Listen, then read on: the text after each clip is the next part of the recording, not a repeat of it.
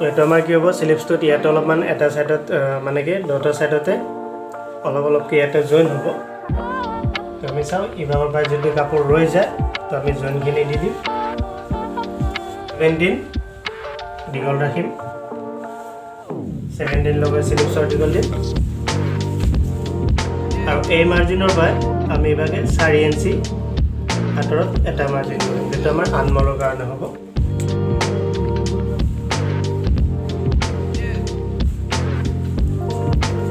তো আমি টপটোত আনমল কিমান ৰাখিছিলোঁ 6.5 ইঞ্চি আনমল ৰাখিছিলোঁ এটোত আমি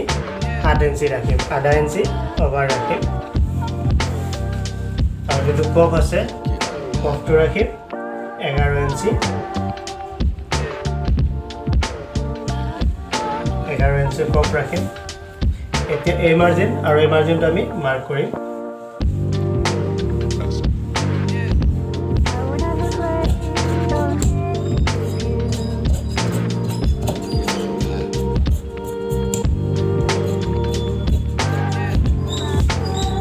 এই যেখিনি জয়েন হ'ব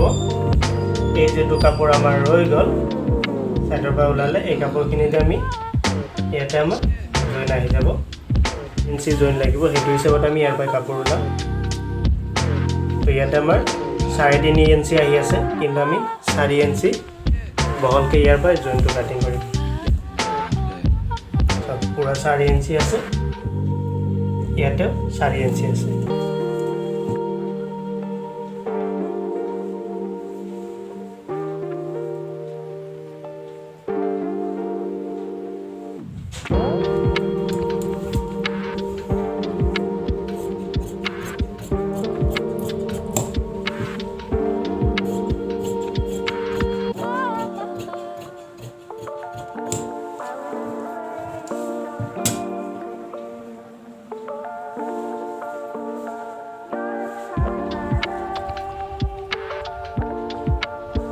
এইখিনি আমাৰ ইয়াতে আহি যাব